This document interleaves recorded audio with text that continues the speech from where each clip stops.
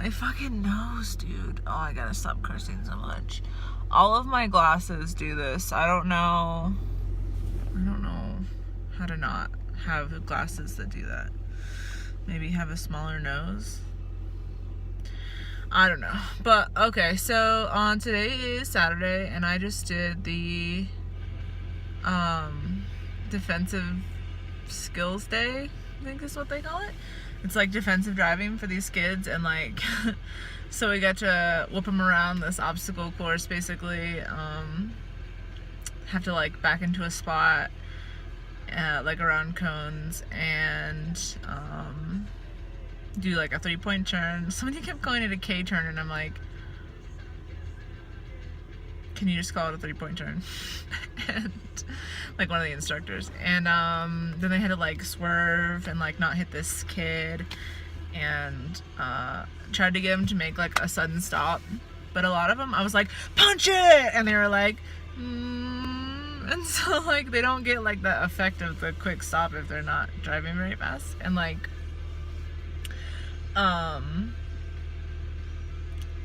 yeah, like most of the kids are pretty fun. And it's just like crazy seeing like high schoolers, 15-year-olds driving like Land Rovers or like Range Rovers, whatever the expensive one is, and Mercedes, and like I'm like, is this gonna be your car? And they're like, no, this is my parents' car. And even that, like I learned on a 1984 Volvo DL, like 240 DL. That was like a big tank that was barely fast and like was just a big old car, you know. And then I think like a lot of kids like want a beater for their first car because it's just like too much pressure for them to have a nice car, which is good, you know, like want a beater. And then they got to do some skid control. I didn't do the skid control, but I did do a couple rounds of like what they call like drunk goggles, where they put on these goggles that are messed up, so it's like impaired vision. And I put them on and I was like, number one, I've never been this drunk before where I've had vision like this, and I've been pretty wasted. Anybody that's known me for the majority of my 20s knows that I've been pretty drunk a few times. And I think it's like if somebody had vision like that, they wouldn't be able to walk, let alone get into a car and try and drive. So I think that's kind of unrealistic, but I get what they're trying to do. Like they're trying to like show like how impaired driving makes you bad at driving. And I did a few where I was being the distractor. I basically just acted like I did a lot of times when I was drunk in the past, and like not being a very friendly passenger in the car, like just being obnoxious. Some of the kids were like, ugh, and then like a few were just like not even paying attention to me, and I was like trying to like do a bunch of stuff, and I don't know, it was fun. But like I need a massage like right now. Somebody give me a massage. That's like ouchies. Like I would not want to do this every weekend because that's gonna be a lot of massage bills. I should probably make an appointment right as soon as I'm done talking to you. So that's what I'm doing all morning. It's almost 4 in the PM, and I left my house at like 8. So I gotta swing by the stove and get another onion or two and a bunch of more garlic for my chili, and then like pop that on the stove like as soon as I get home because I am hungry.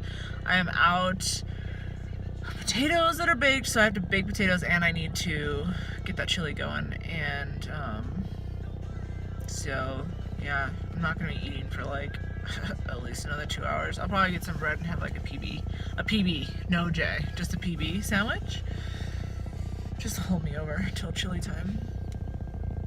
Even windblown, like look at my hair. I cannot wait to get it reblonded, you guys. The chick that does my balayage is like amazing. It costs like 2 arms and like half a leg, but it looks really good when it's fresh. And it'll be nice to like be lightened up again at the bottom. Like it looks light on camera, but it's really not. Golden honey blonde, wheat blonde, sunrise daffodil blonde. I'm just trying to dye my hair, not grow a goddamn farm. That's not the right words, but you get the gist. That's from Daria. It's my girl Daria. Yeah, so that's been my day so far. I'm gonna hit that chili after the stow. I need to practice piano, and I'm gonna get shit uploaded today.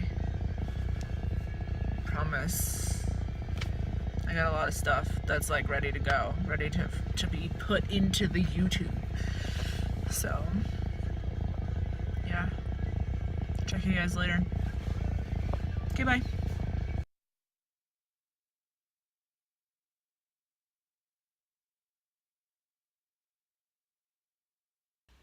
Okay, so I finished my chili. Finally, it's still sitting on the stove, waiting for me to put it away, but it's like super hot.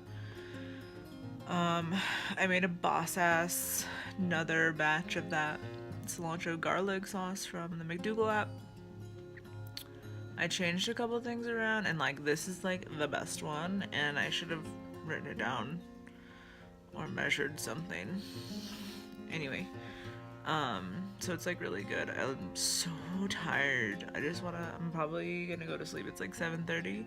I'm gonna finish this potato that I have and like crash out early because I'm just wasted.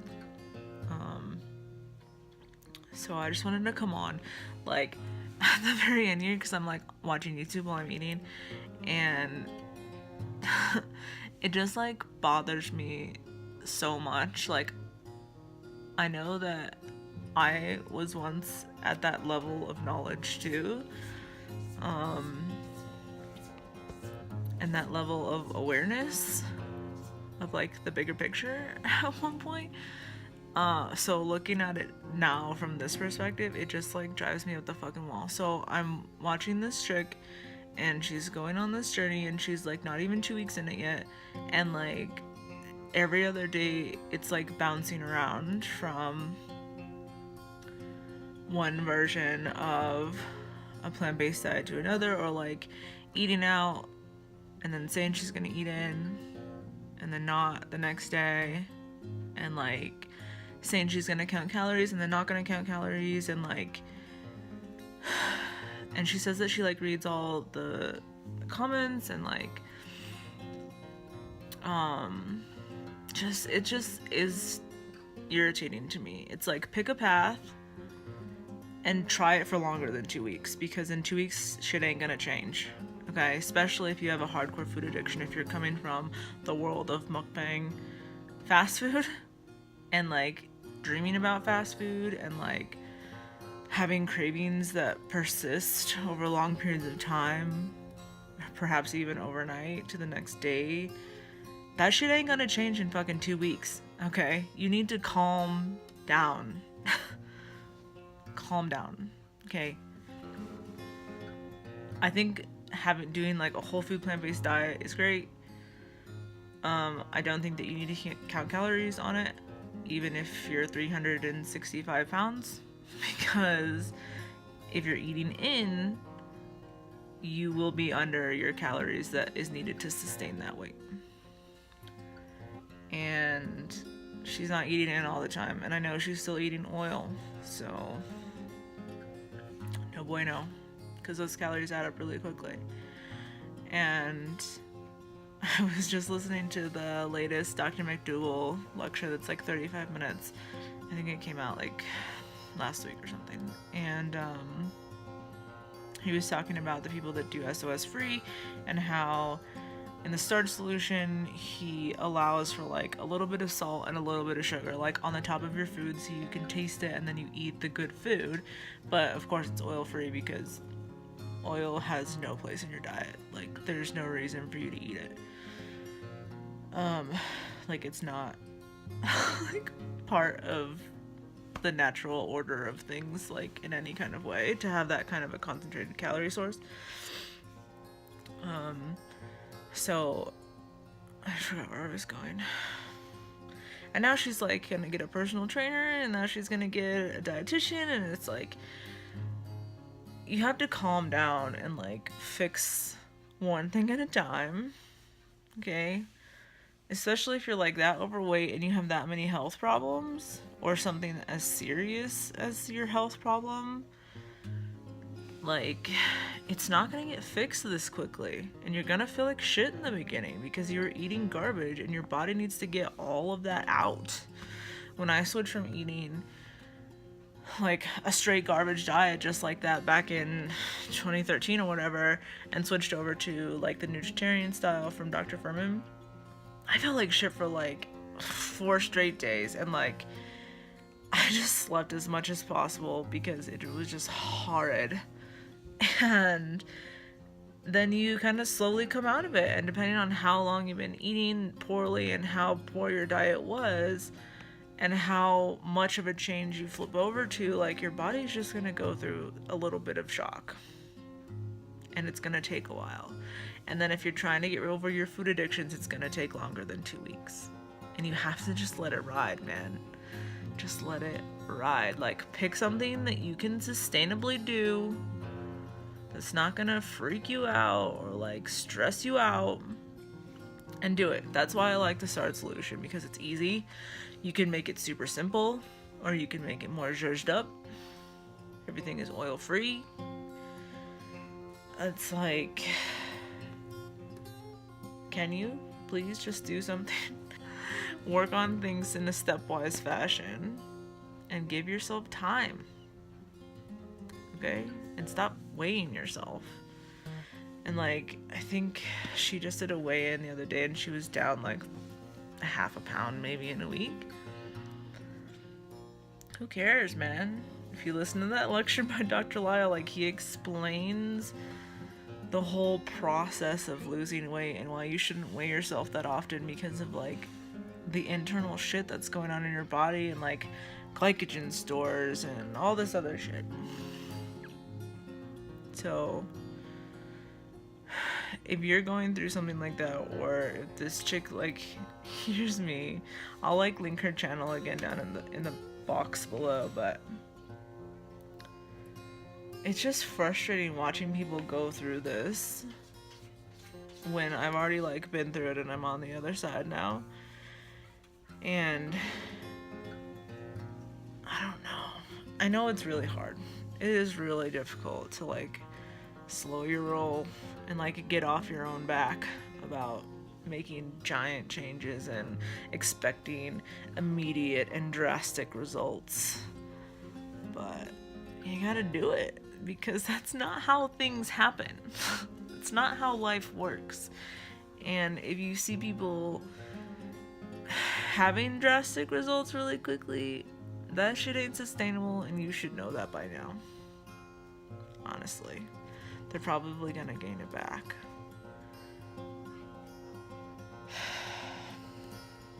Like, it makes me not want to watch your videos because it makes me like that frustrated.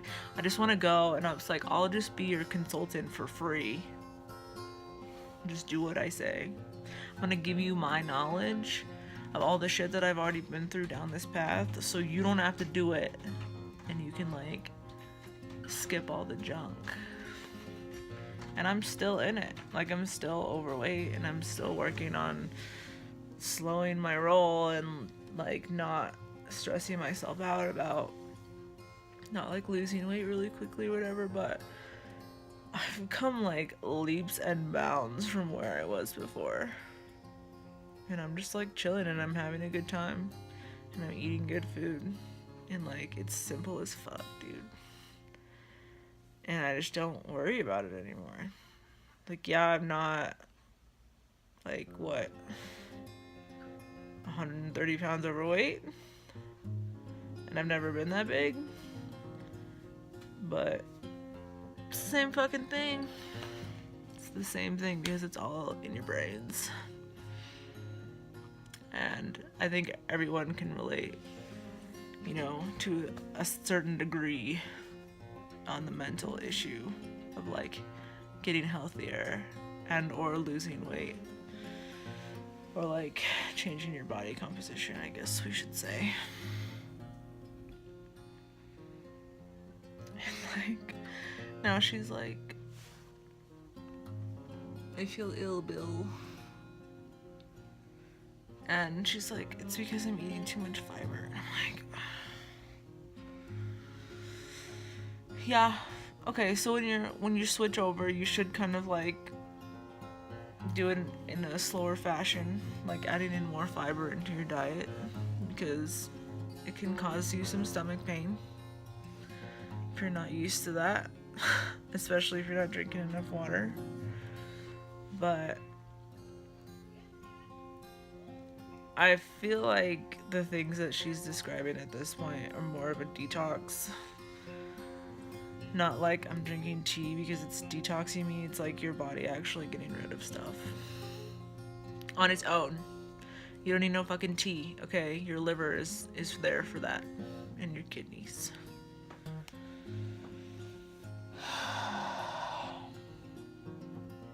Yeah, so that's just like my little rant for right now. Like, calm down. Step 1 on a weight loss / health journey. Calm down.